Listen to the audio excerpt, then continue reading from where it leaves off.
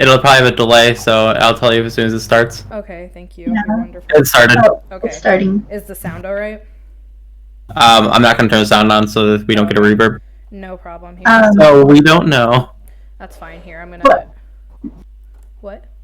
Yeah. Okay, hold on. I'm just gonna get on there, because I forgot that I have to watch the chat as well, so... kind of a mess. I just muted my microphone, and I'm going to check on my phone. Yeah, no problem. But, I mean, this will be recorded as well, so we can just kind of start. My internet is being slow. I don't know what's being slow. It's my computer or my internet? Probably my computer, because I'm doing quite a bit at this moment, so... Alright. Probably the internet. Like, ours has been really spotty. I have really good internet, though, like in the UK. Oh, man. You get some good internet here. Yeah. It's insane. Like... Yeah. I thought American internet was good, and then I was like, whoa, this is a whole new... No. American internet is like so far behind. I know. I have gigabit. Behind in everything. I mean, I have gigabit as well, but we're talking about the country as a whole. Oh, yeah, it's just severely lacking. Like, our infrastructure as a country is trash. What's gigabit through? What was that? What provider is gigabit through? Or are they their own? Charter. Oh, they're a charter? Yep. Oh, okay. I have charter too, but I have Spectrum. I think all the major players well, have just gigabit gigabit now. speed. Oh. Oh, okay, I get it now. Mine's through Fios. I forgot that I need to update our... How's my mic quality, volume, and stuff? Everything Amazing. okay? Yeah. Sounds fine, yeah. Yeah, I hear you perfect. Thank you, thank you. Are you hearing anything when I use push to talk? I'm trying to like see if manually muting or using push to talk is better. So I don't think you hold the button long enough. I hear you cut off at the very end of your last sentence. Yeah. Usually. Okay. I That's mean, good to your know. mic sounds amazing, though, so you're... Yeah. Absolutely. You're good. Awesome. Thank you. I'm loving everybody. It's gonna be the best part of the VOD where we're all just like, can you hear me? Can you hear me? I know, it's just like the first Can you part. hear me now? Good. Yeah. It's the first one. We gotta get into it. Alright. I can see myself, and I don't know how I feel about it. Am I... I don't You know. should feel fine. You should feel great. You got the flag up in the corner, loving it. Oh, yeah, my flags. My flag collection. Okay, I'm gonna close my stream. Is somebody watching the chat? I can watch it. Okay, great, because I'm like, I don't know what's going on with that. All right, is there anybody watching right now? Oh, well. Viewers.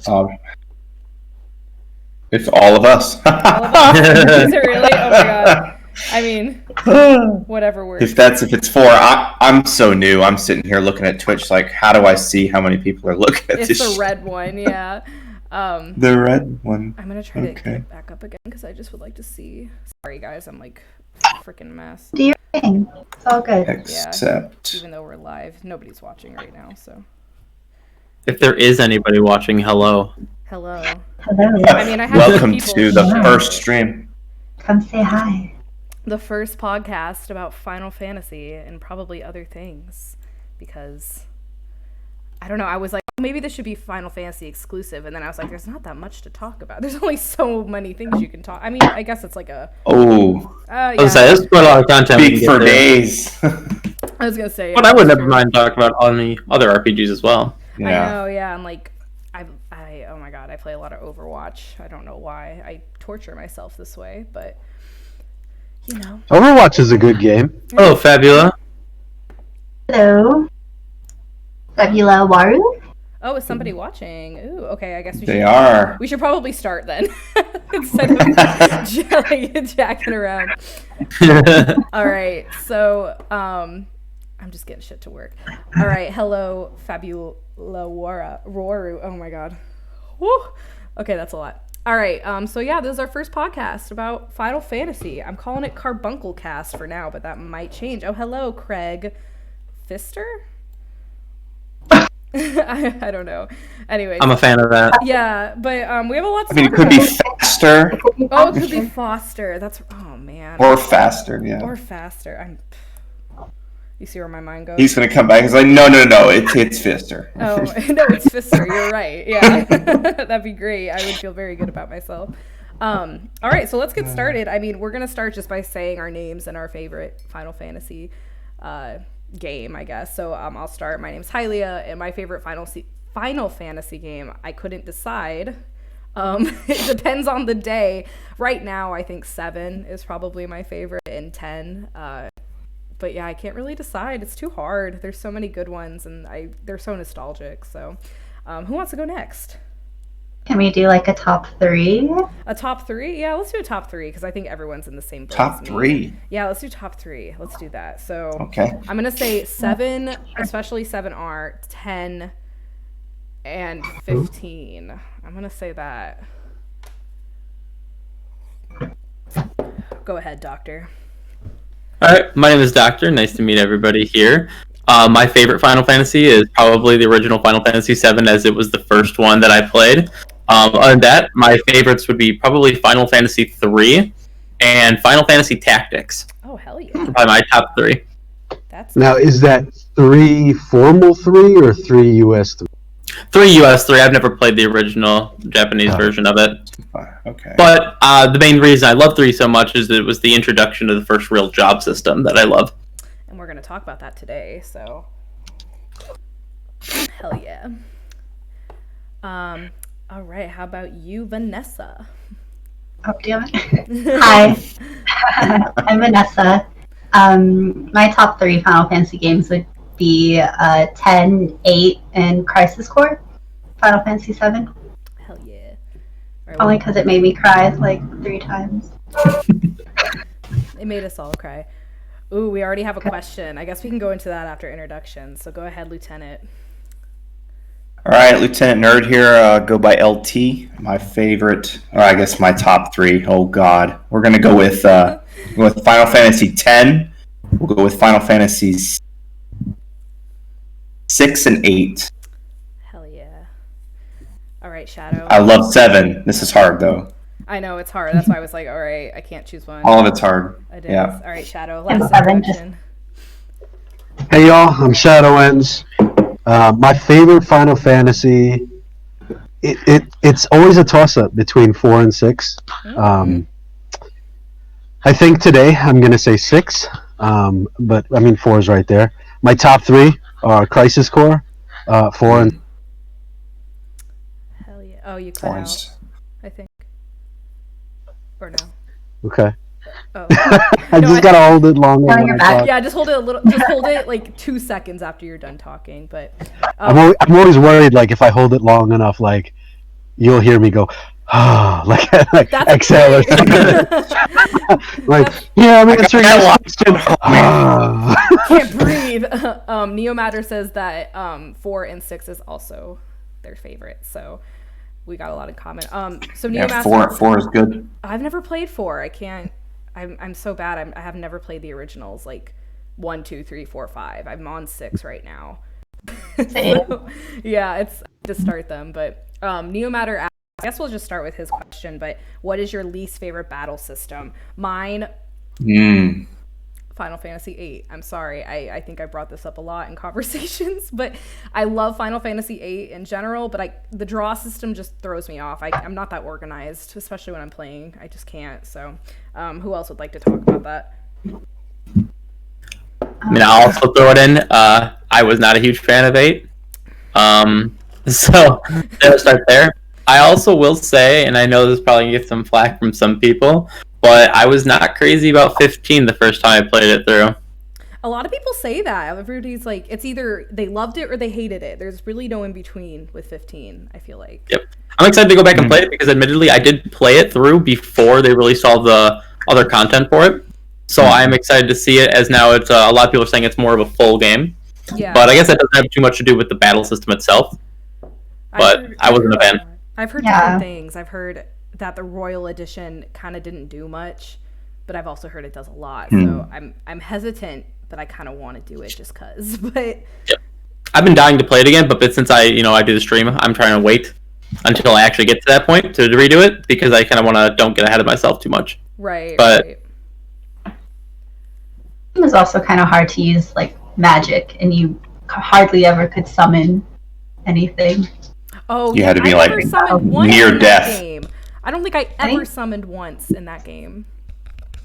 Like, it came up randomly for me. I only ever got, like, Titan. That was it. I didn't get Leviathan to pop up, or Shiva, like, never popped up for me, except for that one time that she does because of the story, like, at the end. Right. And then, what was the name Their of summon design was the great in lightning guy? 15, though. Lightning, Ramu. Ramu, yeah. I thought it was. Yeah, I Ramu. couldn't get him to show me there. Oh, no. I almost called him, like, Ixion, but that was the lightning summon. Final for Fantasy 10. Yeah, it was 10. It's your unicorn. the only one that matters. Oh my god. Oh. I love Final Fantasy X. I'm replaying it now, and I'm like, oh, such a good game. But does anyone else have That's a good a least question. favorite battle system they want to share? I'm going to get murder if I answer this truthfully. Just do it. Just do it. Well, I like it. I still like it. Like I've always said, as the self-proclaimed Final Fantasy missionary, that even the worst Final Fantasy is better than most JRPGs. My opinion. Final Fantasy XII's battle system was probably one of the least favorite for me. Okay. I can't really put my finger on it why, but a close runner-up is what the Final Fantasy III did for the job system. I preferred 5 better between the two of the two major, like, Final Fantasy 1 through 6 job system. 3 I didn't really enjoy as much, but yeah, I'm going to go with 12, and I'm going to accept any ire that comes my way because I know it's out there. Oh my gosh. I feel like everybody has at least some opinion of that. Before somebody else says anything, Neomatter says, I love 9, one of my faves, but admittedly the trans system always irks me so bad because you're not able to choose it and use it like any sort of one break. I agree. It felt really out of place. Yeah. I definitely agree with Neomatter on I that played one. 9 for a very small bit. I need to go back and replay it. But I remember the turn-based being so slow. I don't know if I was just impatient, but like I was just like come on, hurry up. I want to use my skills. I feel like it might have had a battle speed. Did that one have the battle speed where you could turn it up, make it go? But it still seemed to really like lag, take forever for your gauge to fill up.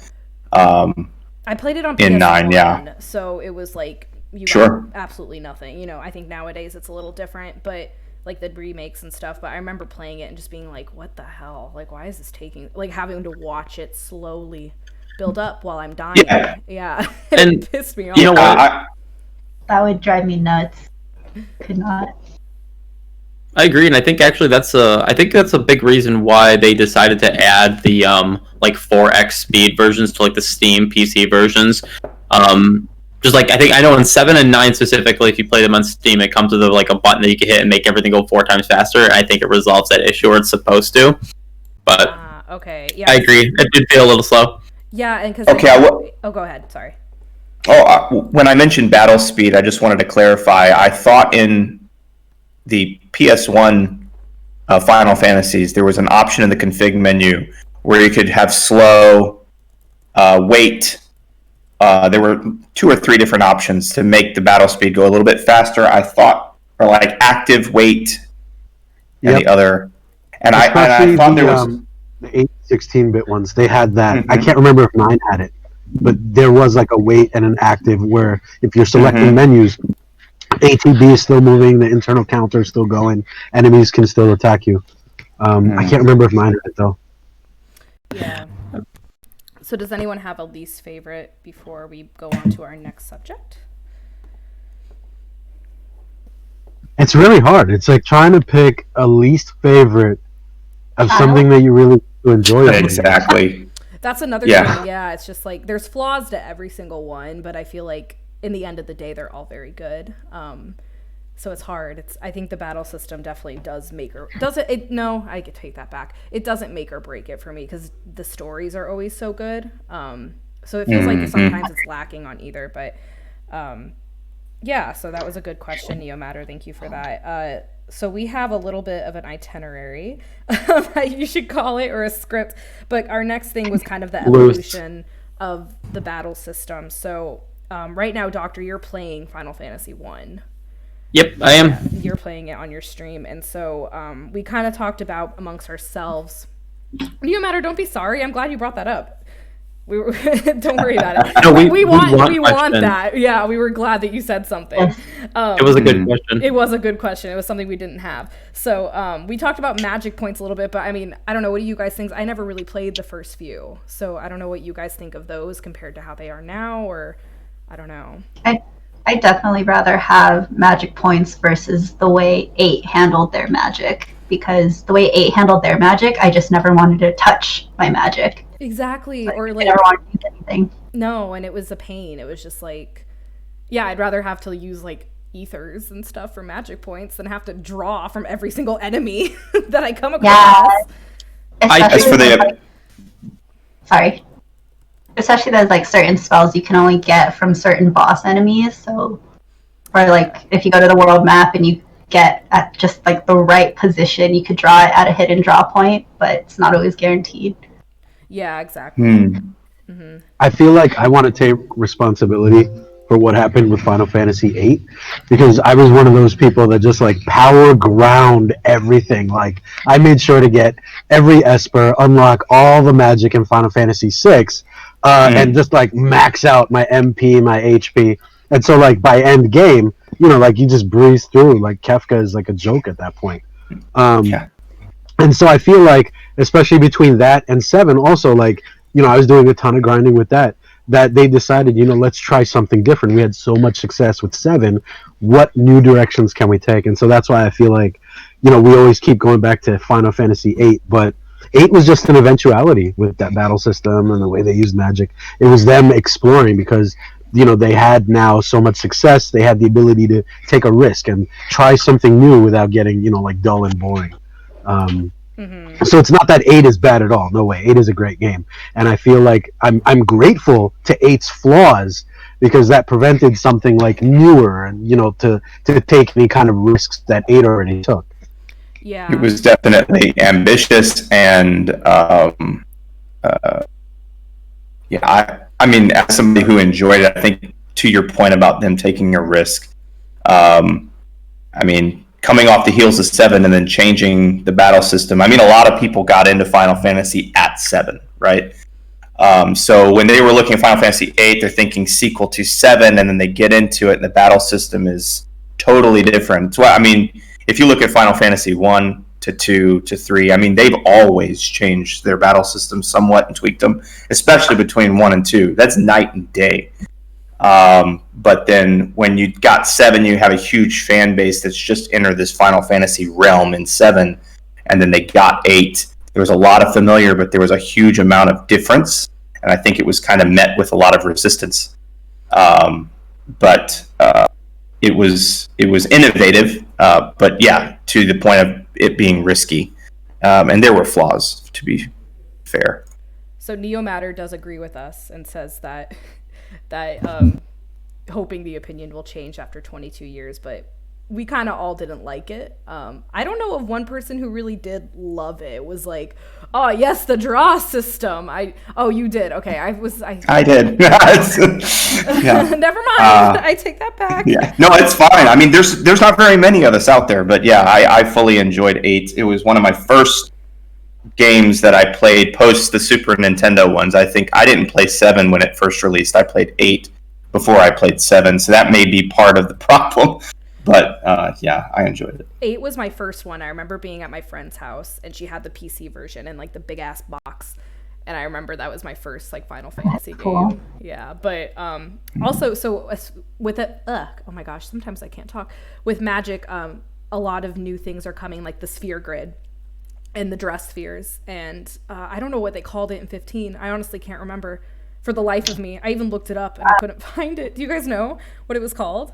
Yeah, I know that they use this device called like a magic flask. Yes. Kind of like store it, then you just eat that. And 13 had one too, and 7R has one where it's like kind of a build almost, where you have an internal build and you're building up magic and all these different skills. I love that personally. I do like it, and I really want to like max out every single one. I'm currently playing 10 right now, and the sphere grid, I could like honestly like go through it for hours just leveling up and filling up spheres.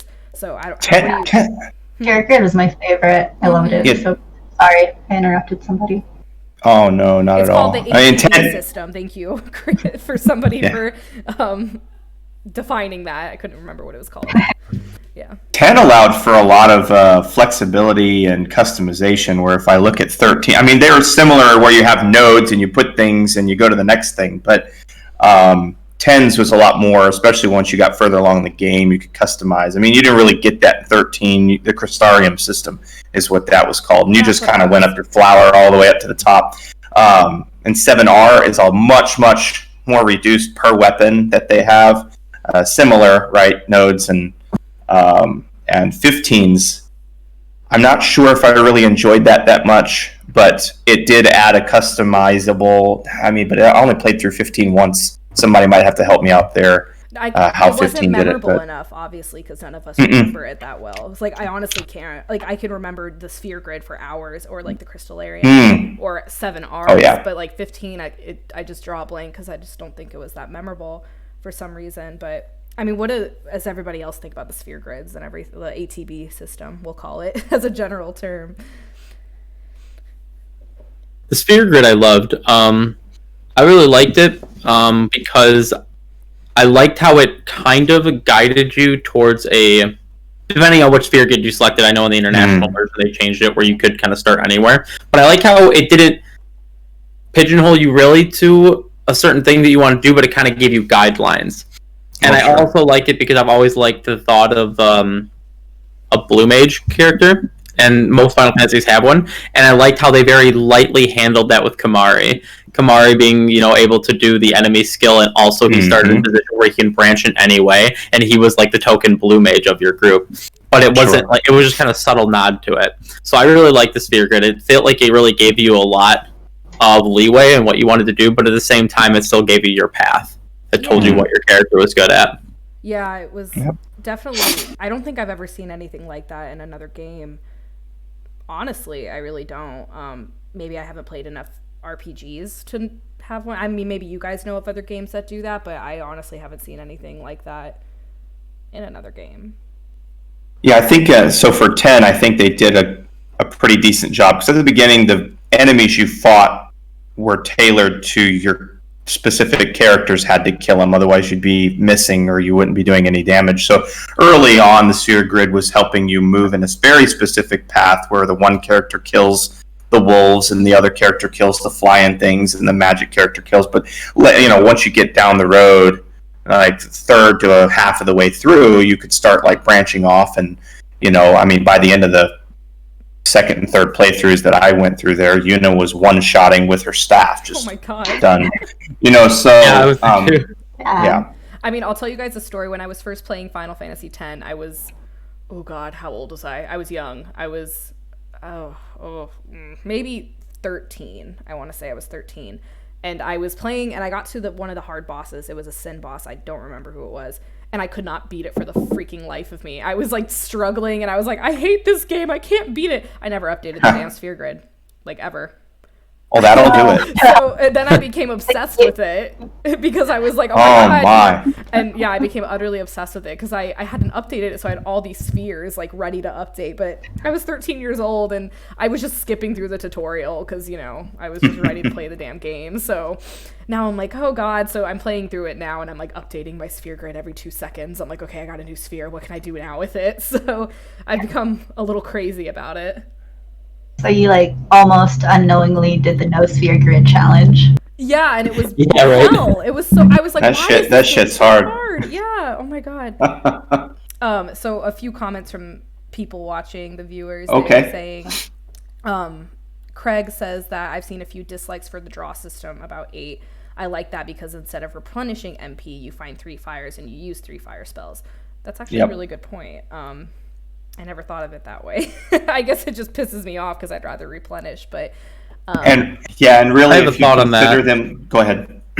I was gonna say I think the reason why 8 feels so bad to so many people. I'm not saying it was bad and didn't feel bad to everybody, but I think it's the same type of punishment that you get relating it back to Final Fantasy 1, where you have a specific amount of spells you're allowed to bring before you can replenish them. Because I've gotten in a position so many times where I know, okay, there's a boss at the end of this dungeon, so I'm just not attacking with my mages at all because I'm saving those spells, and that just always feels bad to get them to a position where they're actually kind of effectively useless for a little bit because you're just trying to save things when you could be using them. And I think that same feeling is felt in Final Fantasy VIII's draw system. Yeah, I agree with that. I think that's a big thing. Although, admittedly, I think it also makes you be a little creative with how you play the game. Yep. Because in the later Final Fantasies, where you just have, like, at some point you have so much mana and you have so many ethers that it literally doesn't matter. Like, you can cast your strongest spell on one weak thing and it doesn't matter just because it's funny. But when you're playing from a position where you need to be conservative, it makes you think about what you're doing a little bit more, which I like. Right. And then another comment says 7 was the first one I finished. No, 7. My first was 7, but the first one I finished was 13. So 13 was kind of that one before. Maybe I'm wrong. It was turn-based, but then right after that we had 14, 15, where it wasn't turn-based anymore, which I'm okay with. I don't mind turn-based. It is kind of, for someone like me, I get very impatient, and I just kind of want to kill the thing right there.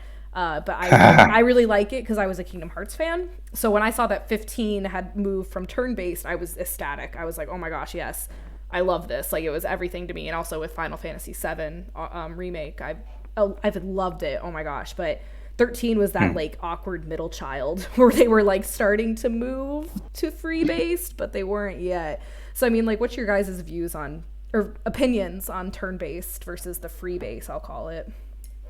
Well, with 10 you had purely turn based, right? Yes. You knew exactly, you could map out every move before you did it. You knew exactly how it would affect the turn order. I think, what was it, 4? It was either 4 or 5. We started at ATB. It might have even been 3. But you got ATB, active time battle, where you had your gauge. It was it would move up based on your speed, and you would attack when it was your turn. When your gauge filled.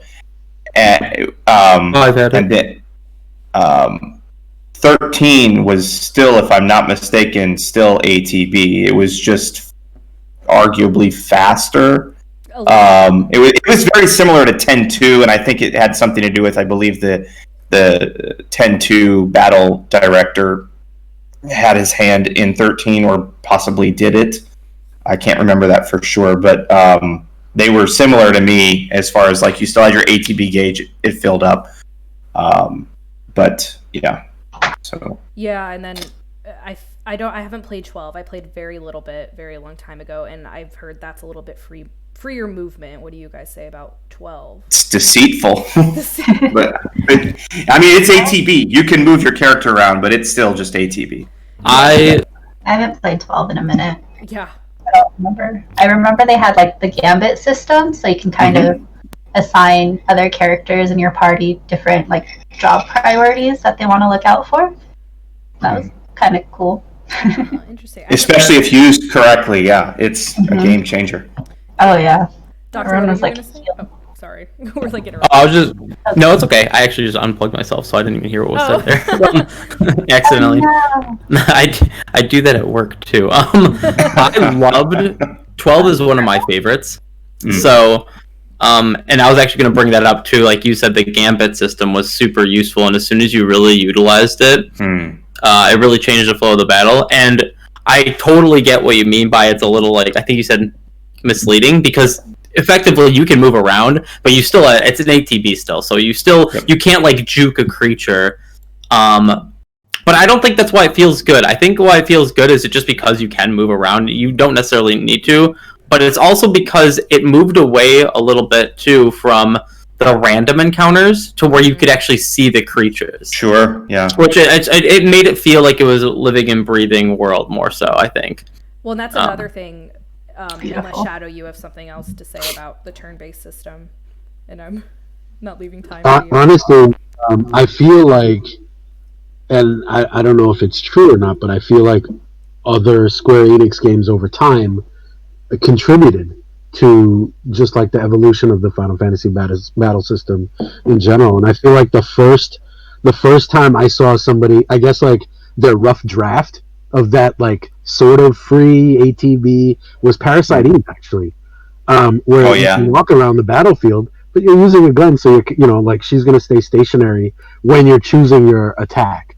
And so I feel like that was like their testing ground, and they were doing things like that in some of their other games. So I've just thoroughly enjoyed the evolution of the battle system, and when they transitioned away from like ATB and became like completely free, I'm actually grateful to Kingdom Hearts. Yes. On that, like when I first played Kingdom Hearts, and I was like, I wonder what this is going to mean for like Final Fantasy games. Like, what are they going to take from like how awesome this is here? And it's just nice. Like I've thoroughly enjoyed, like all the things that they've been doing, and even their failures, like the things that I didn't really enjoy. I'm just glad that they took those risks. And then like I see 15 and 7 remake, and then I'm like, man, this is actually the culmination of all of that older stuff. And I'm a huge fan of old school turn-based. I'm old school. Like I can play those 100 billion times, but would I want that for something like 7 remake or the next one? I don't think so. I think I'm liking where we're at. Yeah, no, I agree. It's I think going off of least favorite battle system, honestly, 7 has been my favorite so far. It was flawless in my opinion. It was amazing. 7 remake. 7 remake, sorry. I forget there's 2. So, in my opinion, it was probably the best. They really have taken what they've learned through the past 30 years and really have kind of perfected it, in my opinion. But, I mean, what about you guys? What do you what's your favorite battle system in this whole entire universe, we should call it? I have to chime in because I actually was holding this in since like earlier this week. It's kind of a joke, but also it's kind of true. Like being able to suplex the Phantom Train in Final Fantasy VI, I don't think they're ever going to beat that. Like the Blitz system and just like all the different things that they were trying out, like being able to sketch your enemies and that variety. Like for me, Final Fantasy VI, that's my jam with regards to battle system. Like I'm being chased by a train. I hit a button combo on my SNES controller, and my dude will go underneath, lift the train into I'm just like I couldn't. Wow. I don't think any other like battle system is gonna catch me like that. Right? Yeah, like a surprise. Before we have you guys share your other ones, just a couple things from the chat as well. I'm drinking too much coffee. Okay. Just saying, people like the sphere system. A lot of people, not a lot, most people that are watching are saying that they like the sphere grid. Sphere grid. The sphere grid, so I think we all agree on that. Neo Matter says, it's funny, I've heard others in the new generation of Final Fantasy fans who don't like turn-based for the reason that you had said. For me, they want that kill right meow, which I agree, like turn-based is too slow for them. I'm like, yeah, for someone like me who's like, I just want to get done with this game because I want to indulge it as fast as I can, that's kind of a thing for me. But I mean, what about the rest of you? Like, what's been your favorite battle system so far? I really like 12. 12. I really like 12 is really good. I kind of agree there, but I would be lying if because I am at the core a bigger fan of the turn-based system. But I gotta say, Final Fantasy VII Remake's battle system impressed the hell out of me. Mm-hmm. Like when I first heard it was announced and I heard it was going to be like that, I was almost turned off by the game, and I was like, oh, they're going to ruin my childhood, blah blah blah, being a negative naysayer about it. But as soon as I played the demo, when they let the demo go live on the PlayStation Network, and I played it, as soon as I did, I was like, oh, they nailed it. This is gonna be awesome. And if it's this fun at the beginning of the game, I don't know. I think they did a killer job, and I hope they don't change up too much what they do when the next one comes out in 74 years. Oh man, yeah, it was perfect. It really was. It was just. Mwah. It was perfect. What about the rest of you guys? What was your favorite? I think I'm sticking with overall. I still prefer active time battle, but that's just my roots, old school. I do like Haste. Yes. Haste needs to do more. Well, I mean, and 7R is if you want to use any effective abilities, you're going to be waiting on the ATB gauge, which I like that they kept that in a way. Like, you can sit there and hack things until you're blue. You're going to make your fights take forever if you don't use your abilities. But yeah, ATB for life. Yeah, Vanessa, what about you? Me, like favorite battle system. Yeah. Probably like overall 12 because I like that. You already said that. I'm so sorry. No, it's okay. I just kind of stopped there. I didn't like kind of expand on why. But again, like I really like the Gambit system. I really like assigning people their like job priorities. And I think, I don't know, it's been like over 10 years since I played, but I think that you can, during battle, you can kind of like go in and select a different character and stop what they're doing and have them do something else if it's like an emergency kind of deal. And I just like that sort of control. It's nice. Awesome. Well, speaking of jobs, that's what we're going to talk about next. So, Hell yeah. you mentioned that 3 was the first one that introduced jobs. I did not know that. I thought they were always there. I never really thought much of the jobs. And when I say jobs, I mean the whole job changing system. Like, obviously from Final Fantasy 1, you could play like, what was it, a monk, a black mage, a white mage, a thief, and like white mage, but they were mage, locked in. red mage, but they were locked in. Exactly, that's the point.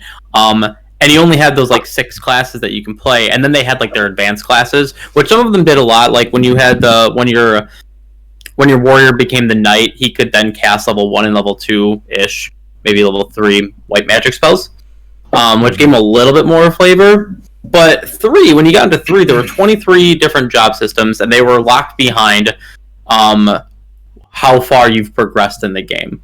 Everybody started as a freelancer. At least in the American version, the remake of it later. But then you could just, on a whim, change them, and they would level independently. You would have your job level, which was independent of your actual level. Your level decided your stats, like your strength, your intelligence, etc., whereas your job level with that specific job affected things like how much spell damage you do, or how much melee damage you do, or how many hits, or how much percentage to critical hit. And so you had this really neat flavor where you could change between battles. Like, okay, I'm leveling up the thief for a while, maybe I want this character to be try to do like a black mage style. And it just created, I tweeted out, one of my first tweets is like, I think there's something like, technically, since there's 4 characters that you play and there's 23 jobs, there's like almost 15,000 party configurations possible. Oh my god. So like and for an old game like that, that's insane, like how much customizing you could do. Yeah. I mean, not all jobs were good. Some of them were pretty bad and lackluster, but that didn't mean they weren't all viable. You could do it. It just might take some more grinding. And I think that was the first time, in my opinion, that Final Fantasy really kind of found itself. Like, it was such a cool... And then they iterated, and like you said, Lieutenant stated he thinks that 5 did it better, and I actually agree. I think 5 did do it better, but they built off of 3. They built off of 3. Interesting, because when I think the job system, I think 14, because I'm a 14 player. So I think 14, well, that's where the terminology came from. Job system. Because I mean, 14, we'll go into 14 a little bit. I think I'm the only one here who plays 14, maybe. Oh, you play 14. I play 14. Okay, yeah. Yep. So I love that you can switch between them. Like, I was a black mage starting out. I ended up hating it because it was so slow and I was dying every 2 seconds. And so I switched to summoner, and it's great to have these options and to kind of just do what you want and to feel every single one out and to decide which one is best, instead of just like kind of having it predetermined in the game. So like, for example, I'm playing 10 right now, and like Lulu is a black mage, and that's all she's ever going to be. She's not going to be anything else. Yuna's a white mage and a summoner. She's not going to be anything else. And it would, it's kind of great to have that freedom of choice in the game.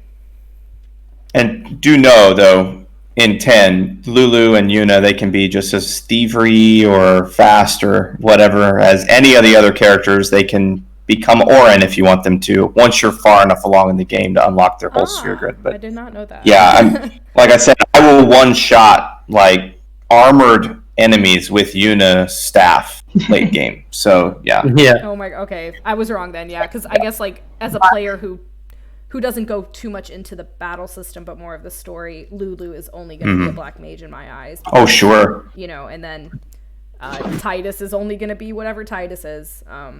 But I guess you can choose, and I guess that does come from 3 and 5 and how we've evolved to, you know, you can really do whatever you want with this game. And I think that's what's complicated. A lot of people are turned off by that because the hardcore players are like, oh, Lulu can be whatever she wants, but it's like, how do I do that? I don't know. So yeah. But it's definitely, that's another thing. There's something for everybody, and there's a difficulty level for every type of player. So yeah. But so 14, I guess, God, 14 is just such a big game. It's enormous at this point. So, yeah, but I'm going to look at chat real quick. So we had some people commenting saying that the ability to sub in and out on a whim depending on enemies with 10. So it's also part of the yes. So, yes. Titus is a haste boy, which, yes, he is. He is a haste boy. But yeah, we've also followed that up with, yes, it's amazing. Honestly, though, when I think of Titus, like, he's just kind of a hyperactive being. So, like, haste is the perfect spell for him. I agree. I love it when I get Haystaga. Oh man. It's so great. When I got it in Final Fantasy VII, I was so happy. I was like, finally, I can do it faster now. So yeah, but I mean, does anybody else have anything to say about the job systems and how they've kind of evolved? If we have mentioned 3, we have mentioned 5, you mentioned 14, we have to mention 10 too. That whole game is built on job system. I forgot about that. That's what the dress spheres are character jobs. If you take the dress terminology and the fact that their clothes change, they are just jobs. And you can change them. I think you set them up on your little deck. I have the garment grid. Yeah. Oh, yeah. We're talking about this right now. Okay. Do it. Let's talk. Yeah. Well, some of them you can have like 3, 4, 5 different jobs, or dresses, which are just jobs, and you could just change them mid-battle, right? You just follow your lines, which is something that you really couldn't do in the other job systems up to that point. You couldn't just change what you were, which that's why I said that I think 13, the entire 13 universe kind of built off that, because you were changing commando roles, ravager roles, like mid-game, which is just what you were doing in 10-2. Yeah, and I remember that. I remember like changing their outfits and having Pain be like a white mage, and it was weird for me. I couldn't just, like, my mind. Emo white mage. I was like, she's not a white mage. Like, she just took her job really seriously and got really depressed. Yeah. I guess I have to heal you. I know. Neomatter makes a really good point and says it's like glamour job switch from Final Fantasy 14. It is, yeah. So that's Final Fantasy 14 is like 10-2. Very much, yeah. And it's crazy now that we're talking about this to kind of see how it all came together, like different, 15, 14, and I'm like, oh my gosh, it's you don't realize it till you talk about it. Yeah. But all right. So moving on from that, we already talked. So let's talk about Dirge Cerberus. That was new. That was different.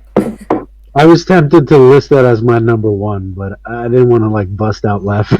Stories, It was Story's great though. The story's amazing. I watched the movie on YouTube. I like that. Me too. Oh my god. I remember the reason why I found out about Dirge Cerberus was, oh god, I'm gonna go back to like my 15-year-old days of just myself. And I was looking up Sephiroth for some reason one day. Neomatter. Neomatter said, dude, this is amazing. Do you do this every week? Final Fantasy talk. We are going to plan on it if people are interested, because I've been enjoying this too. This is really fun. We've been building this up all week, and we've been really excited to share. So anyways, Dirge Cerberus. So I was looking up Sephiroth. I think my mother thought I was crazy as I'm Googling this like white-haired samurai sword man, and I found like his backstory with like Lucrezia, and I found out about Dirge Cerberus, and I went to the store and immediately got it, And I remember sitting there playing it, and my foot fell asleep, and I went up to get up, and I like fell flat on my face. I don't know why that's such a memory with Dirge Oh, Service, snap. but I like was playing it for so long that I got up and I was like, oh, I need to get something, and I just like died, like fell flat on my The face. Mako poisoning. I was like, ah! Yeah. So, I will admit, go ahead. I will admit when I didn't look into Dirge Cerberus at all before I bought it and started playing it. I just saw it had Final Fantasy VII like ties, obviously, and I just bought it immediately, and I had no idea what it was going to be, and I don't think I ever finished it actually because I thought it was going to be like a Final Fantasy VII clone, and it wasn't, and I was very young at the time, and I was not ready to accept that. I know. Yeah. But it was kind of nice to see that spin-off of like a side character. You don't really get that very often. And especially Vincent, who was first so mysterious. Serious and very optional. Not a lot of people got Vincent because they couldn't find him. You know, you really had to look for him. So it was like this game of I don't know, I think it's because so many girls love him, but like, you know, you never know. But I thought it was interesting how they kind of made this spin-off about Vincent. I loved it. I loved Dirge Cerberus. It's a really good game. But yeah, the battle system. I'm a huge. You're a huge fan, Shadow? Oh yeah, yeah. Hell yeah. Vincent's character and the game. I mean, I remember after 7, you know, I was just like, I want more. I want more of this world. I want more of these characters.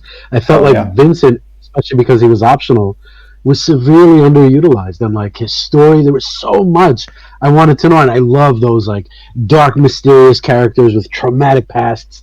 And I don't know, I just wanted so much more. And I think it was like in a video game magazine that I had read about their entire plan for Final Fantasy VII, and we're gonna have like 4 Crisis and Crisis Core and Dirge of Cerberus, and there were like release dates of like when all these things were coming out. And at that time, it was just like they had just begun talking about it, so they weren't sure like which ones were coming to the US. And then they talked about Advent Children, and I was gobbling it all up. And when I found out like Vincent gets his own game, I don't care. This could be a puzzle game, and I'm gonna get it, and I'm gonna love it. Yeah, I could have. It could have been a match 3, and I would have been fine with it. You know, like, but it turned out to be like a third-person shooter, and I was just like, "This is amazing! I love action games. Let's do this. Give me more Vincent." I was a fan, honestly, and as somebody who's not a big like shooter person, like a shooter game person, I liked it. I was really like, okay, this is different. I was into it, and I was pretty young when I played it. I was like maybe 16 or 17, and I was like, hell yeah, Vincent. Like, I was just like, and my mom is like, who is this man? Like, I don't. She's like, what the fuck? Like, who are you? Like, so. And here I am like, crying. Talking so much about Vincent, I'd like to add something that's not directly related to Dirge of Cerberus, more of a question for you guys and for the chat. I think what added to Vincent a lot was the mysteriousness of him being missable, just like Yuffie. Like, you could have gone through the game. How do we feel about the talk that I'm hearing all over the place that Yuffie and Vincent not being missable characters in the remake version of the game? I'm okay with it. I'm okay with it. Yeah. I'll let you. Yeah. Make them not missable. I have a big opinion about that. Love these characters. I mean, my opinion, sure. I love those characters, and they were actually like in my party at all times. I had a little app on my iPod Touch when I played 7 that was like telling me where to go to get them because I wanted them so bad. And I think they add a lot to the story, especially Vincent. He's a big part of Sephiroth's character. Important. Yeah, so I think I'm okay with it. I'm actually okay. I'm glad they're doing that because I don't want anyone to miss out on them. I think realistically, which is kind of where my logic brain goes, if we want this game in the next 5 years, we're not going to ask Square Enix to develop 3-4 different types of cutscenes, whether or not you picked up Vincent or Yuffie, or maybe just one or the other. Well, Fully Voiced will be here forever waiting for them to finally get all 4 different sets of, you know, they didn't pick any of them up. They only picked up Yuffie, they only picked up Vincent, and then they picked up Vincent and Yuffie. All the scenes would be different depending on what you had. That's too much work. I need the game now, so they just need to, yeah.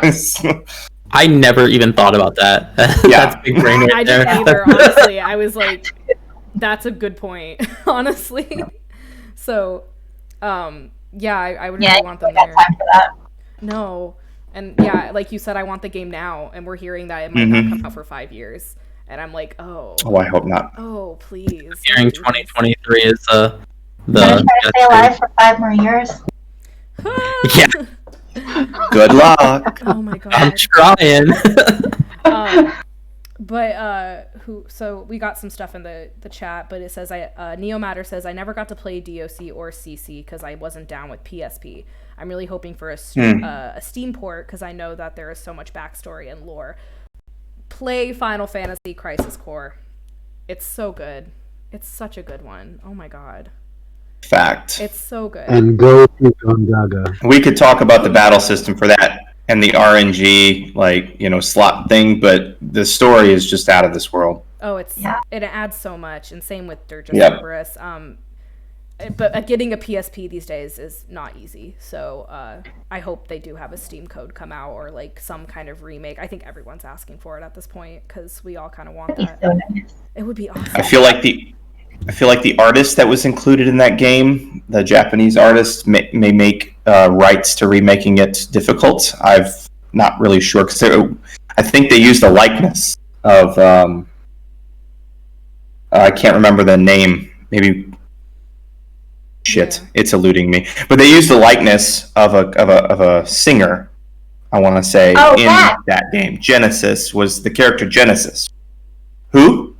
Gat. Yes. GACKT. And I'm not sure if they've got to get permissions and things like that to have him allow it.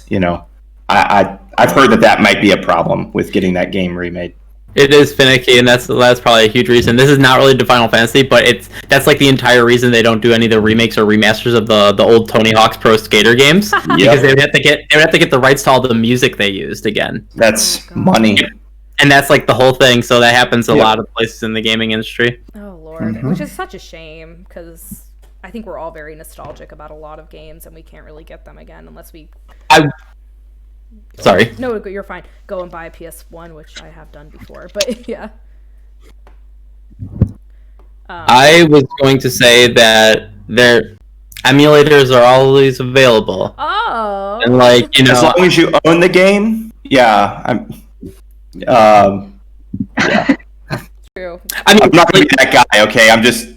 No, I totally feel you. I totally feel you. I play a lot of emulated games, but I do own almost all of the emulated games I play. Right, exactly. It's just it's really hard to and you can actually technically use the emulators to not even just use an ISO or a ROM. You can a lot of times download the BIOS and pop the actual disc in your computer. Exactly. And stuff that's getting so much. I don't even have a disc tray in my computer anymore. You know what I mean? They're so right. I don't either. Yeah, they're just not there anymore. More from the chat, just okay. Someone saying I don't even need a remake, just a port, and yeah, definitely emulators and stuff. Yep. So Neomatter says you encounter Yuffie, she steals your materia, you have to find her, beat her to get your materia back, and your materia then de-leveled. That's how we start chapter 2 for the 7 remake. Would be a ride. I mean, timeline-wise, meeting Yuffie after Calm is correct. However, that would be speeding up the whole Wutai scenario, which happens much later on in the game, I believe, than right after Midgar. But I mean, that is not a bad idea to make that happen. We could have hour-long discussion on should our levels roll over. Is there a way that could even possibly happen? Will we be at level 250 by the time we fight Safer at the end of the whole thing? I have no idea. But meeting Yuffie and that de-leveling you because she stole your shit, that's perfect. Yeah, I agree. I think that'd be funny. I think that would be a fun. Brings Corneo back in immediately too, because he has a second part of his story when they have that whole part. I need to replay 7. It's been so long, and this game really has just kind of reignited a lot of love for it that was already there, but just. Yeah. I would also love to mention that I am head over heels in love with how many people played 7 Remake, and they're not usual Final Fantasy fans, and then going, wow, this is so cool, and discovering Final Fantasy. And I actually have a couple people that exist in my Twitter sphere where I'm following people that they're sharing out that they're oh, I'm playing 7 Original now for the first time because I want to see where this came from, and I'm loving that. I do too. It's super cool to see. Well, it's just great. You got a lot of. Go ahead. No, it's great. There, it's just some parts of 7 are really sad. Oh my gosh. True. Ain't that the truth? Yeah. So my friend It's wants true. to play it, and he's never played a Final Fantasy game in his life. And he's like, I really want to play it. You seem like you had a lot of fun with it. And I was like, yeah. And then I accidentally told him a spoiler, and he was like, why would you say that? He's like, I can't. I mean, if everybody here, I mean, maybe I'll just say it. I told him Aerith dies. And he was like, Well, he was like, but Yeah. I was supposed to find that. I was like, how did you not know that? That's like so well known. And he's like, It's a pretty iconic gaming moment. exactly. So True. I just assumed he knew. And he was like, Oh, no. But nothing is set in stone now, folks. Like Yeah. Yeah. this I was is just this gonna is not a whisper remake. about Like this that. isn't. Yeah, this isn't a remake. Like the term remake's not really talking about the game. It's talking about what they're doing in the game. They are remaking, and they were successful at the end of 7 remake. And I literally, I mean, I have no idea what's going to come next, and I thought that might piss me off. It doesn't at all. Like, I'm really looking forward to what they're going to do. This is like not considered a redo of 7. It's like a sequel almost, the way that they're trying to market this. Everything happened in 7, and now everything's happening in 7 remake. And I don't know. I look forward to what they do, and good for them being ambitious and stuff. I honestly, I love it. I didn't have a problem with the ending. A lot of people did, and I was just kind of Nope. like, we can't really say anything because we don't know. You know, It means it's a sequel. it's a sequel, and everybody's Yes, it is not the same game. No. I personally did have a problem with the ending, but not for the reason a lot of people did. I don't think. Okay. I don't want to spoil anything, so I'm just going to be careful because I mean it's been out for a while, but still, I think it is exciting to see that we don't like know what's going to happen, and things might very well play out as they did the original. They might not. That's not my problem at all, really. I just didn't like how you fought the first boss from Kingdom Hearts. Essentially, it was just reminded me of that so much, and like the whole Arbiter of Fate. You know, I just didn't like that being. I don't think, and it doesn't have Be any- the big one. Yeah. I thought it was like okay. I thought it was strange. It felt just a tiny. I can't really put my finger on exactly why I didn't like it because it has nothing to do with oh no, they're changing my story that I fell in love with a million years ago, and because it's not exactly the same, I'm big mad.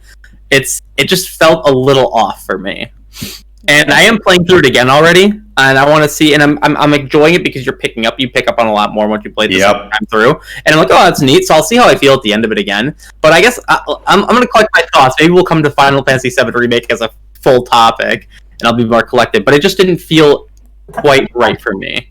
Right. Yeah. I mean, I think everybody's had just a very different opinion on what. Mhm. It's very divisive too. Like people are. I went on the Reddit as soon as I beat it because I want to see other people's opinions, and it was just people screaming at each other. And I was like, oh, never mind. It bugs me though. Like, why? That was Twitter too, though. Twitter people were. I know. ruthless. Oh my god! It was like World War II. I was like, oh my god! Like you're either with us or you're against us, kind of thing. And I was like, holy crap! But I left politics to get away from that type of oh toxicity. my god, it was intense. It was, yeah, it was wild. So Go ahead, Shadow. in my brain, I'm like, brain. there's two parts of my brain. One is like, now there's hope. Like I could get Yep. the best possible ending, and like that's the kind of game I want. And it's like cheesy and old school mindset, but whatever. And then the other part of my brain is like, when you mess with fate, things happen in a way that comes unexpected. Yep. And given the impact of the loss that we incurred in the original Final Fantasy Yep. VII, if you're remaking the game as a developer, you want to sort of capture that most iconic moment. So everybody already knows what happened in the original, basically. Yep. So if you want to repeat that kind of sentiment, you throw them off guard and make another sacrificial lamb where people Yep. don't expect it. And I'm just thinking to myself, oh crap, what if Cloud dies? Like, obviously I doubt that would happen, but for something like that would be such like a head fake. People would be like, holy crap, we didn't see that coming. And so like my heart's pounding. I'm waiting to see what they do. I know. Yeah. I mean, they already hit me with that when, again, I don't know what our lockdown on spoilers is. It is relatively still new, but my biggest concern is if they do choose to rewrite that scene where she lives, we're gonna lose someone else.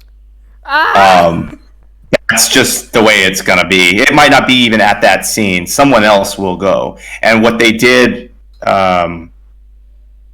in the Shinra HQ when we thought we lost one of the characters, I won't say who, because again, I immediately was red flag. I was like, they can literally kill whoever they want.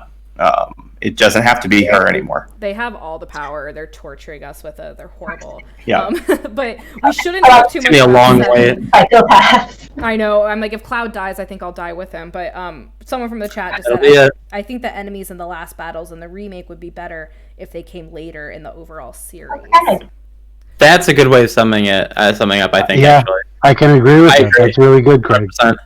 Yeah. And I'll disagree only for one reason. And the idea of this original game was you had to change fate now. If you didn't beat these arbiters of fate, one of them, by the way, had a sword, one of them fought with her fists, and one of them had a gun arm. Just FYI. If you didn't fight those arbiters of fate, people who may be trying to protect their own timeline, FYI, then you might not have been able to change the future and get to the point in the game where the developers needed us to be, which is we needed to see certain things happen in the final sequence to show us, like, it's open, doors are open now, things have changed. So, I mean, I get the idea of making it later on in the game, but then we wouldn't have been able to see, because I don't know if we're getting those cloaked guys anymore, right? I don't know. Yeah. I think they're done. I think so. But I don't know. I think maybe we'll see something about them again, because Maybe. I think it would be kind of a plot hole if we didn't. We kind of. Well, yeah. Without spoiling, I mean, I'm just spoiling everything anyway, but yeah, I'm trying not to. Yeah, no, It's so hard not to do.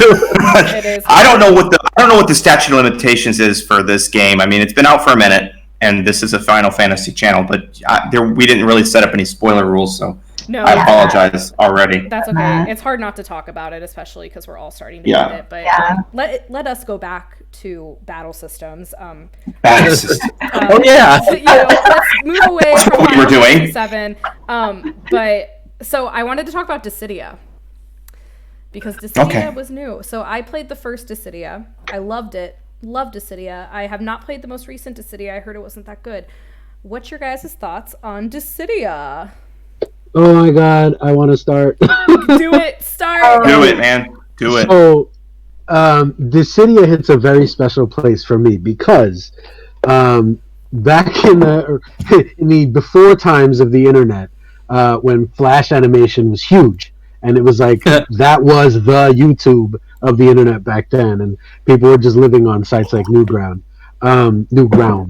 There was an artist there who started a series of Flash animations called Final Fighting Fantasy, and it was sort of similar to this Arbiters of Fate thing, and basically just his first one was the Warriors of Light from Final Fantasy 1 come up against Final Fantasy, I believe, 4, the heroes from Final Fantasy 4, and they don't know who they are, they don't know where they are, they're just like in this like nexus world of convergence, and all the heroes of Final Fantasy, like, they're misunderstanding each other and thinking like they think Shadow's a villain, or they think like Gogo's a villain, and like they're just confusing each other, and they're like killing each other. And that Flash animation series became so popular, it was like 8 or 9 episodes in or whatever, and he like brought in like every character from left field, and it would throw you for a loop because characters that may have been heroes originally, like Celeste from Final Fantasy VI, ended up being a villain in this series. And that idea was just amazing to me, like the story direction he took totally on his own. This was like a fanfic, but I found it to be such an amazing coincidence that this series blows up on the earlier days of the internet, and then all of a sudden Dissidia is announced for the PSP. And I'm like, wait a second, did someone at Square Enix actually like get into this series and think this would be an amazing idea? So yeah, that was huge for me. That was like world changing, and being able to play like Dark Knight Cecil again, and I love Dissidia. And seeing them like in HD, because like we had never really seen them before, not pixelated. So all of a sudden we had Cecil, and we had Bart's, and I had never heard of these characters before, and all of a sudden we're here with them, and I'm like, and the best that we got. Yeah. The best that we got were like the cutscenes and intro of like Final Fantasy Anthology for PS1. Yeah. You know, like when they bundled those games, then we got like this, pre-rendered cutscene, and we got to see those characters. Minute and a half long. Yeah, and they looked amazing. So it was nice to see that like more fleshed out, like these classic characters like brought to life in like the 3D plane. Yeah, and it was great to see. Like, I mean, personally, as someone who did not play who still has not played the really early ones, it was good to know about them because I am such a fan. And so now I knew like the protagonist and the antagonist for all the early games, and being able to play them kind of in the future was huge for me. I was like, oh my gosh, like this is amazing. I never really played the other ones. I played the first one, and that one was so good. But the other ones, I felt like they just kind of were overkill. I don't know. What did you guys think? I thoroughly enjoyed the first Dissidia. Mm-hmm. I liked it, annihilated it, loved it. Right. I had a PSP. I was lucky that way, but the Duodecim, I enjoyed that one as well. That I thought that built off of what the original one did, and that was also on the PSP. You can get it, I think, on the Vita if you have one. Mm-hmm. And that was like the original, but with more characters and better story structure. I think you had like a world map and stuff. It was a good game. The most recent one, I played it. It was just not very big. I don't know. Maybe that was part of the problem. It was like really souped up. So I think I was going in expecting something like to the scale that they did with the first two. I mean, they were on these little spinny plastic disc things, and they fit a whole lot more into it. I thought content-wise, not. Yeah, you had your characters, they fought, great, but there was just a lot of story-type content, map content that they had in the first two, especially the second one. And then I don't know, I played through the main story one time, and I was good with the third one.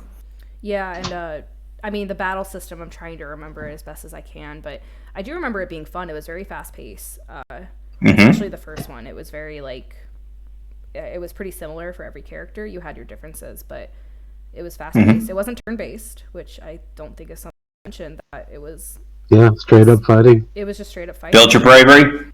Yeah, build your bravery, break them, and HP attack. You're good. Right, and that's another thing. The stagger that we were seeing a lot. That I don't know where that started, honestly, because I've been seeing it. 13. Okay, that's what I thought. I was like, is it 13? Yep. But I couldn't remember. Yeah, we saw that in 7.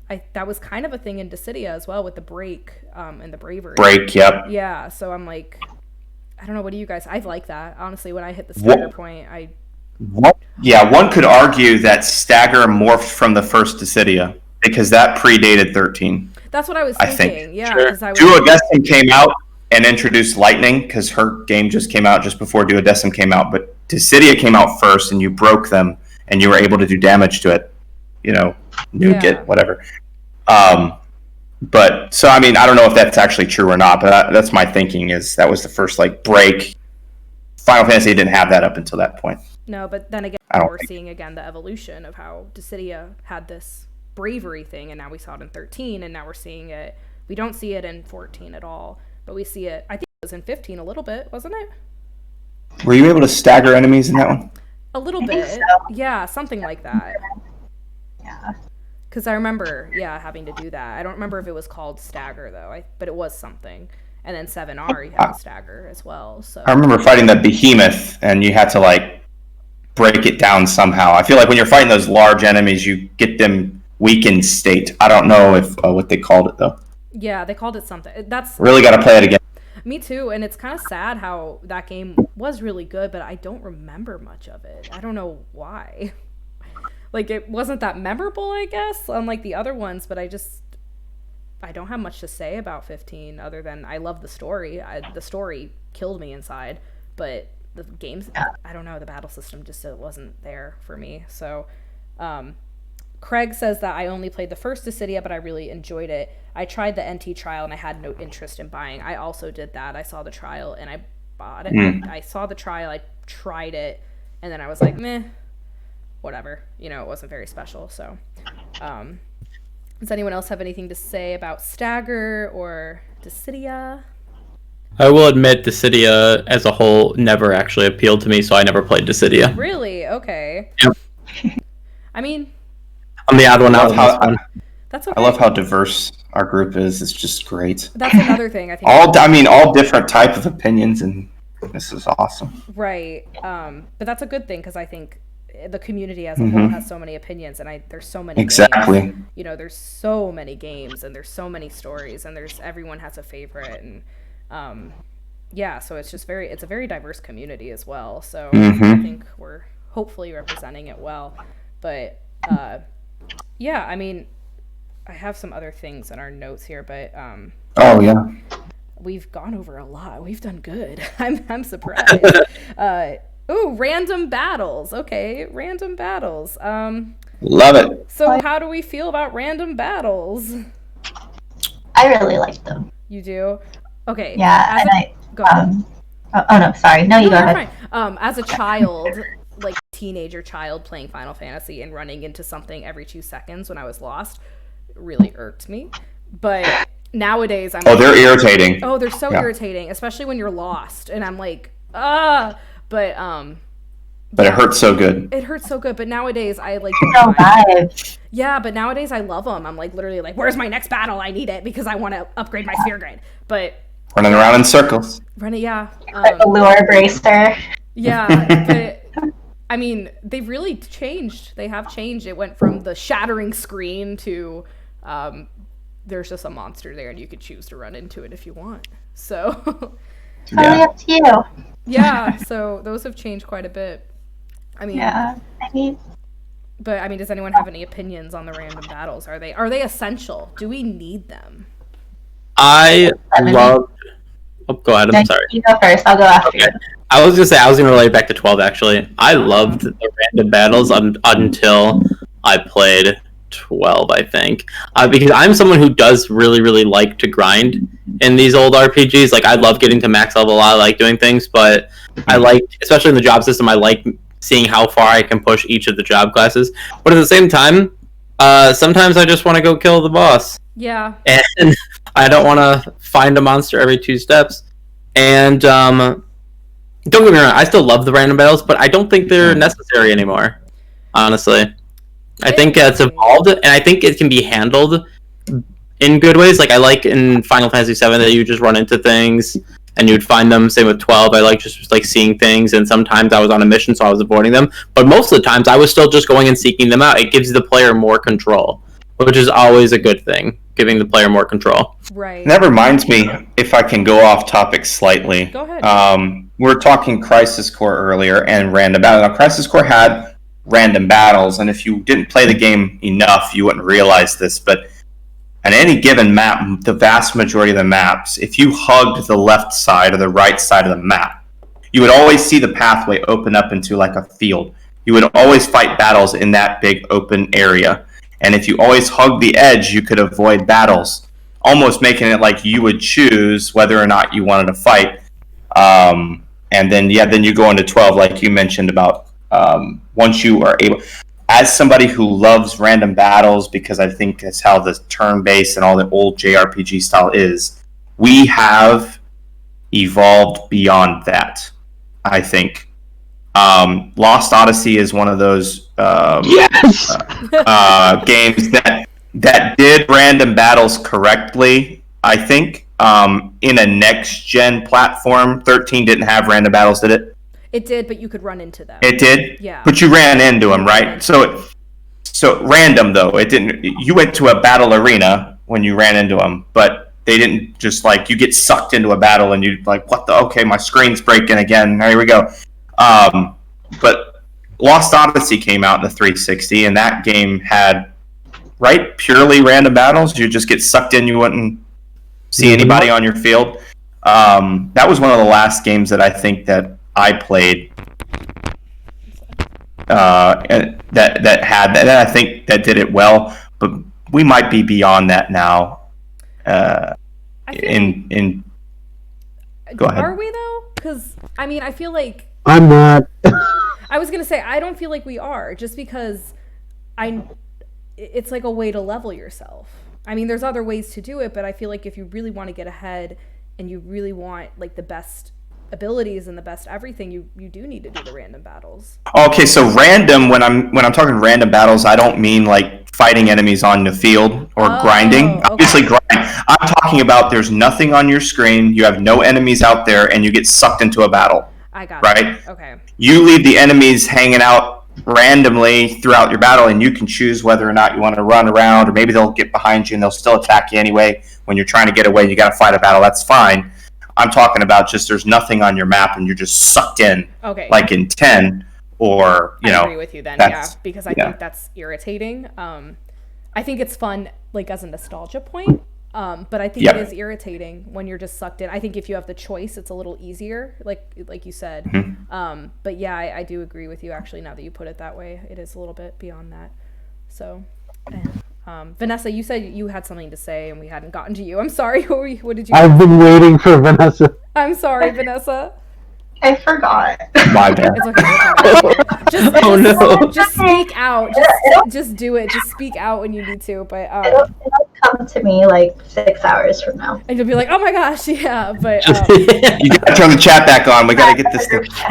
Yeah. Well, has anyone been talking? I'm on my phone currently with chat just to make everything a little smoother. But has anybody said anything? Nobody yet. Okay. I asked what was your battle experiences, but yeah, I don't know. I have two things that I want to say about random encounters. Do it. One, I always, I would love random encounters still.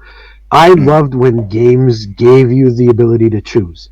Whether you had to equip something to disable random encounters, or if there was some kind of spell you could cast or something like that. That's, in my opinion, the ideal. Or even if it's something in the options of the game, do you want random encounters or do you want enemies on the battlefield that you can choose to engage?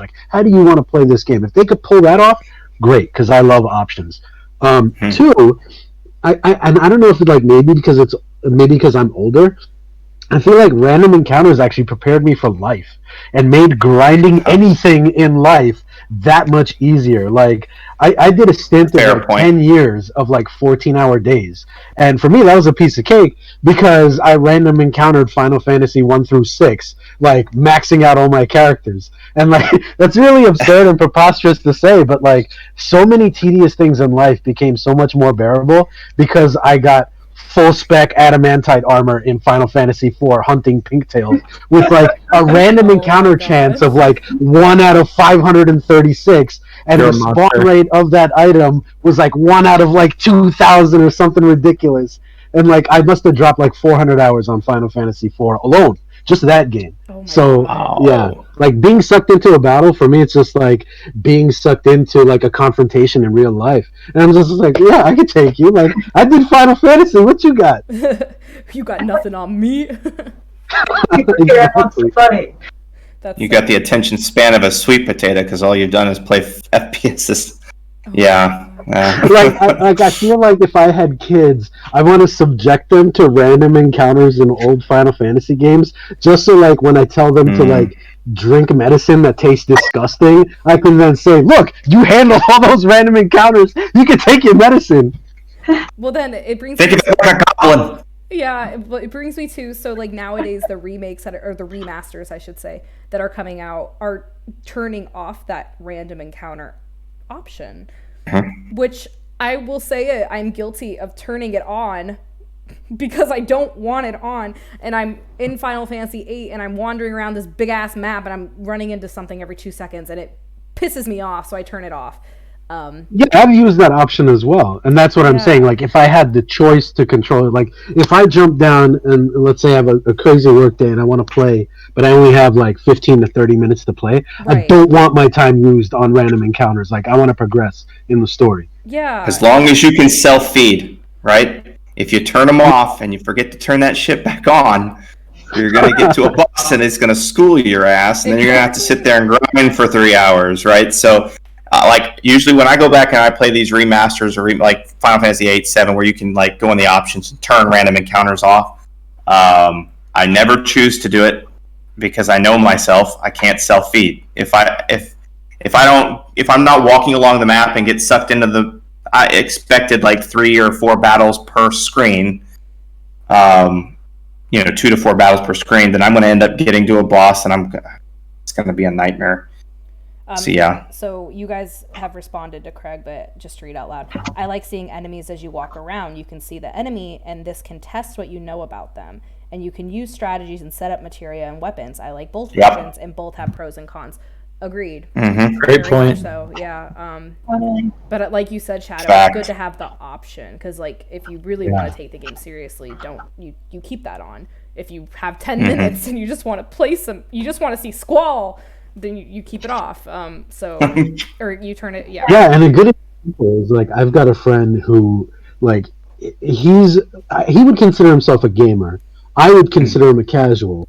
But when he plays like any kind of RPG kind of game, he wants to be the guy that gets to like over level himself before the first boss. Like he'll get himself to level 99 by the first boss of the game, and that's how he wants to play his game. And like by having random encounters, like he could do that. He could grind himself for 1,000,000 hours. Like he just wants to feel like Superman, like blasting through a game. I would never want to play a game like that. No, No challenge. I just want to eat it as fast as I can. Like I just want to indulge it as quick as I can, and then think about it later, because I'm just so ready to finish it and know what it's about. Like I just want to be like, like eat it like a cake or something. But yeah, I never understood people like that. I kind of do, because 7 I want to get like that, but that's after finishing it. I'm like, okay, now I want to go back and get to like level 99. That's where I want to be. But yeah, and then something else to bring up. So I mean, does anyone else have anything to say about random encounters before we move on? I was going to say, actually, it's not Final Fantasy related, but it is Square Enix related. Yeah. Octopath Traveler handles it really well. There's one character who has an ability that you can learn as a passive that changes the amount you'll run into things randomly. It lowers it. And you can choose to keep that equipped or not. And if you have not played Octopath Traveler, I suggest it. It is very good. Ooh, okay, yeah. Yeah. How about that ending? I wanted to bring up. Oops, sorry. No, go ahead. I was going to say another point I wanted to bring up. I mentioned this in chat. Was Mario RPG, which was made by Square Enix, or Square at the time, Squaresoft.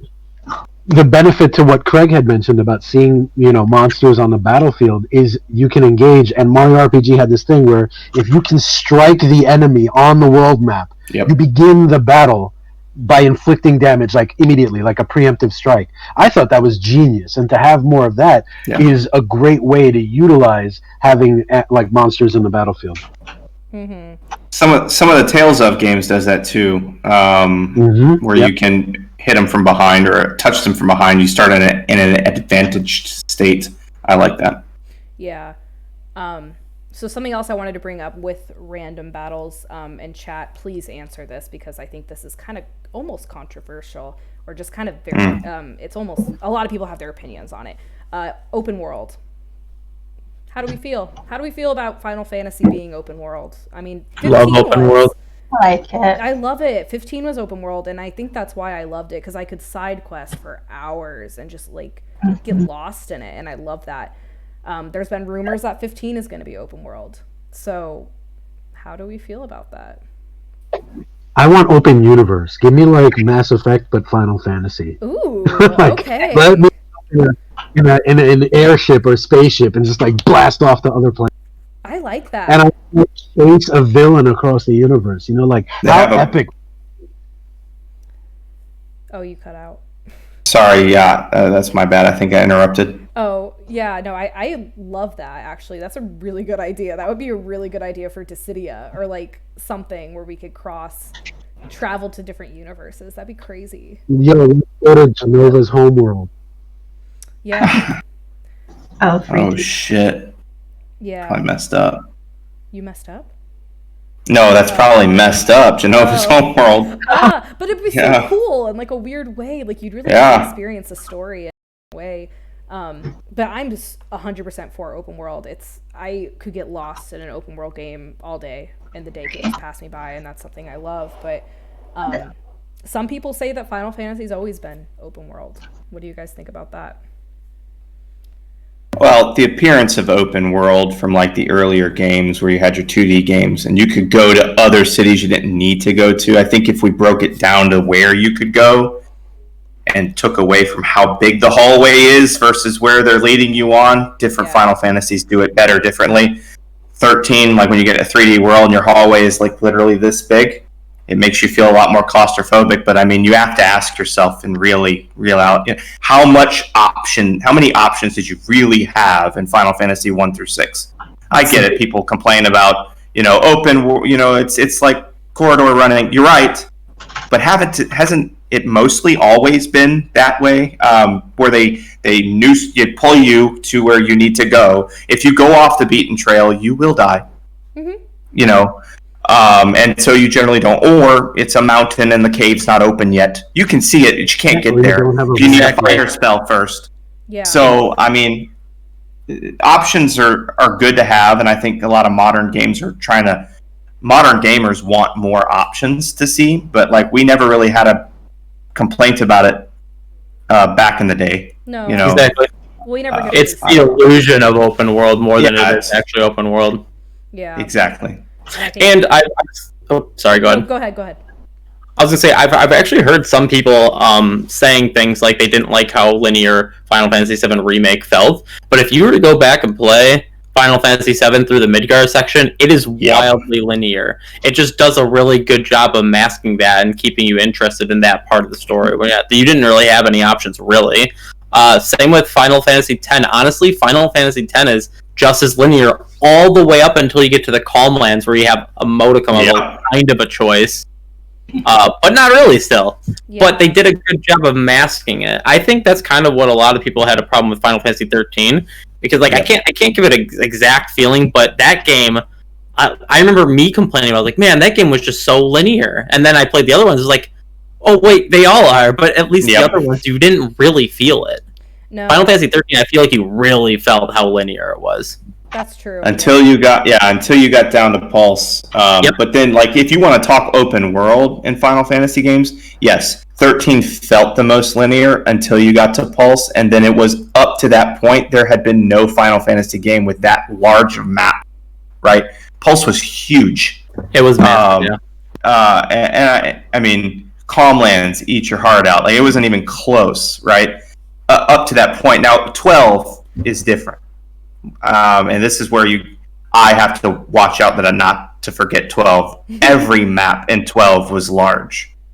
And I think they did that on purpose because they were building off of what happened in 11. And that's why one of the reasons why I'm not as big of a fan as 12 as some other people are is because I'm not a fan of MMOs. And I felt like I was playing a battle system that was more like what you would see on a massively multiplayer online game versus a traditional JRPG, which that's just my opinion. Yeah, and that's another thing. Everyone has their own opinions, but I think everyone kind of agree that the open world thing it's going to be a good thing. I think it's going to really do a lot because 15 was just amazing because of that. And I don't know about you guys with Final Fantasy VII Remake, but I felt like, oh god, which one was it? So there was the few areas where you could kind of just go and do side quests. You did not have to. I feel like I was doing that for 6 hours with some of them. Oh my god, those are so long. But I loved it. I was like, yes, please, I want more of this. Yeah, it was super fun. I loved the areas where you had to stop and do the side quests. Every time I got to one of those areas, I did not move on until I beat every single one of them. Same, same. And I mean, that doesn't have to do with battle systems as much in our conversation, but in a way it does. I mean, talk about battle systems. Top row. Yeah, but I mean, God, we've gotten through so much on our list, but I just want to add one more thing about the open world. What I would love to see is, so especially from like an old schooler perspective, the open world, as mentioned before, a lot of it was like, blocked by, an obstruction that, story progress would get you past, or just you were blocked by leveled like the static levels of enemies Yep. in different areas. I would like to see, actually, if it's gonna like try to be an open world, like promote job growth depending on where you're going. Like, certain gear sets can only be available in these areas, or fighting these type of enemies are good if you wanted to like sort of level yourself a certain way and be these types of jobs. Then you want to start going to that area. And like, if there were ways that just people could organically learn through traveling, through the open world, that if I go to this area, that's actually good if I want to be this kind of job, or I want to go to that area and I can get this, kind of equipment, like, fire elemental gear and stuff like that. Yeah. I think that would be great. Pretty nice. Yeah, there's definitely potential. It's going to be interesting to see where they go with not only 7 Remake, but also 16. I have no idea what to expect with 16. I don't even know if there is a plan for 16. But I've heard 2 rumors about 16 that both of them excite me. ooh. Granted, they're rumors. Spell it. Oh, let's I've see. heard it's going to be a return to high fantasy, kind of reminiscent of like a 9 or an early version, like 1 or 2 type deal. And I've also heard that Yoshi P is directing it, the director of Final Fantasy 14, Okay. which is awesome. That would be cool because he is phenomenal. He's done amazing. That with guy, 15. yeah, he's insane. That guy, I actually was worried when I heard that. I was like, he's the director and producer of Final Fantasy 14. With what time, Yoshi? Oh my god, and he's like on fire Where's with your 14. 14 has been really groundbreaking, honestly. It's been amazing. I was on 14 all day today at random events. I was at a wedding earlier. I was at some freaking guild event. Like, 14 is amazing. It really has brought the community together, I think, as well.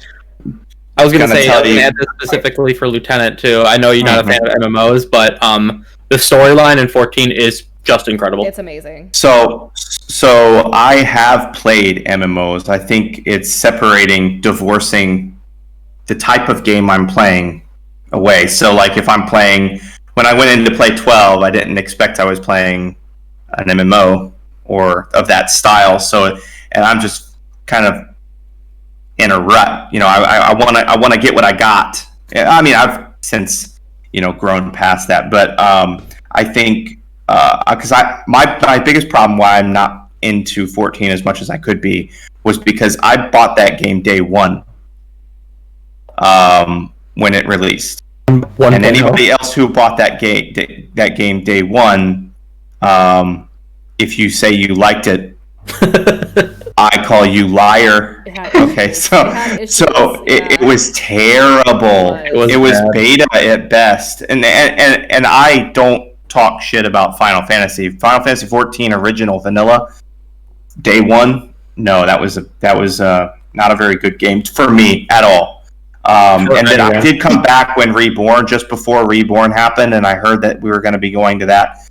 And so I kind of started trying to play it a little bit, and then I have played MMOs. It's just I think that's what turned me off a lot about Final Fantasy 14. I never really circled back and got into it enough.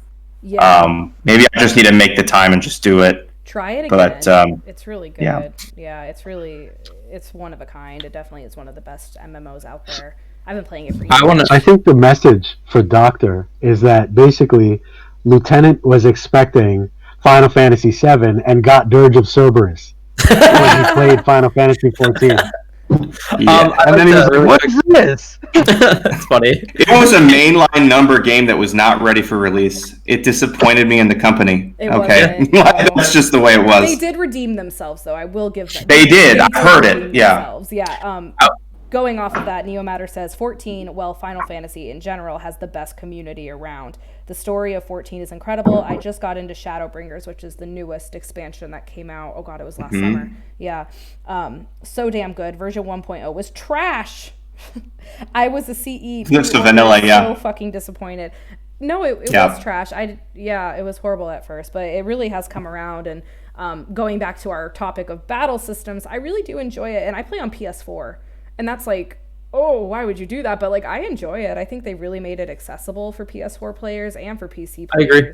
Yeah, it's really. I'd play it on PS4 if I. Yeah, no, I would. I think they've made it really accessible and easy for PS4 players to get into, which is great because sometimes I think PS4 players get kind of a bad rep because they they don't have a keyboard, you know, but I think they've made it really good. I really am impressed with that game. So do you know if the USB keyboard on the PS4 would work with 14? it does. Is the Yes, software it does. compatible? Yeah, Oh, that's so awesome. I used to like RP on there, and I would use like the mouse and I would use my keyboard. So you can do that, but like That's I just want to awesome. play. You know, I don't really want to do raids or anything. I just kind of play to play, and I just use my controller, and it really is fine. I was using it all day today. I have a wee little keyboard on my controller, and yeah, so it's a really good game.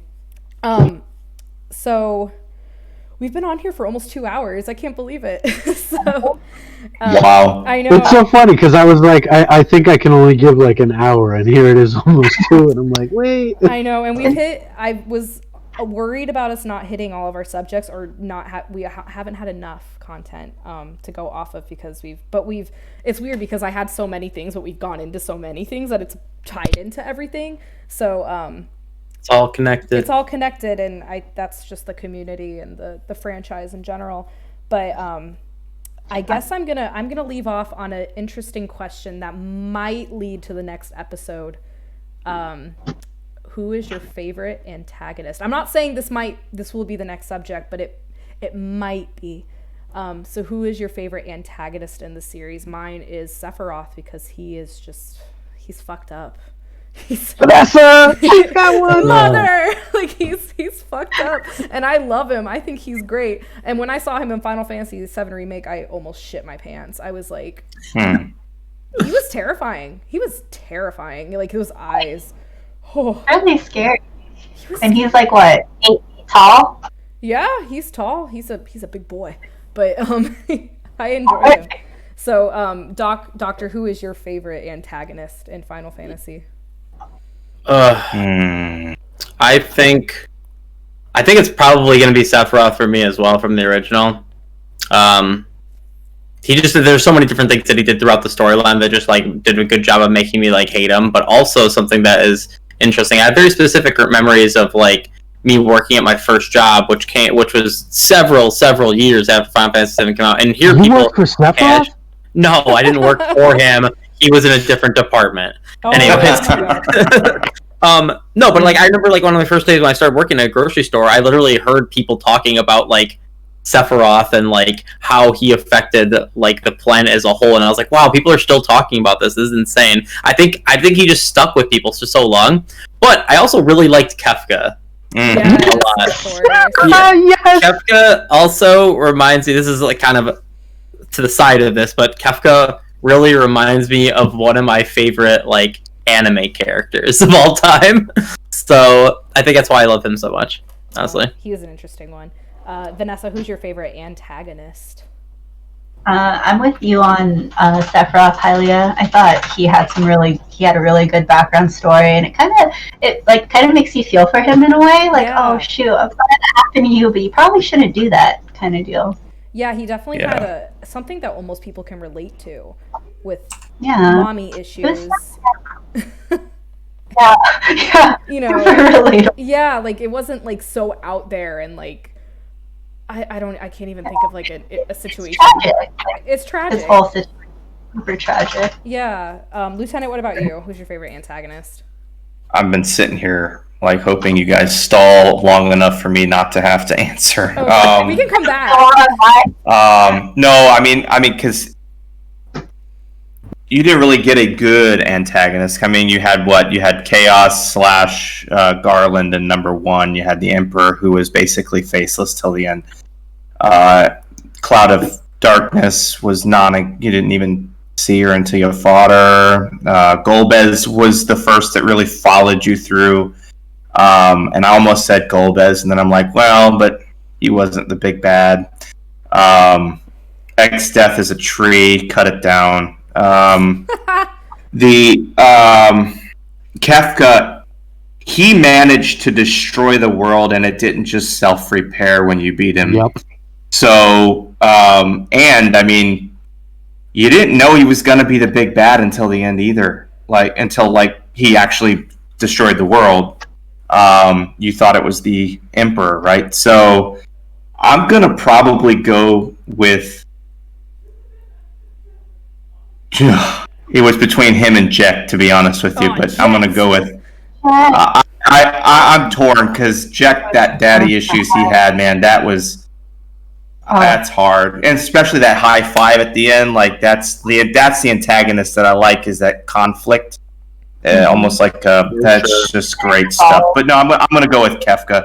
He blew the place up, and he succeeded in doing what he wanted to do before he died. Yeah. He became an. Became a god.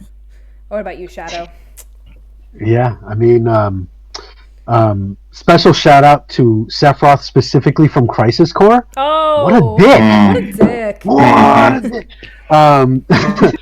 So anytime I'm ever asked this question, it's always Kefka, because he was the first villain that succeeded.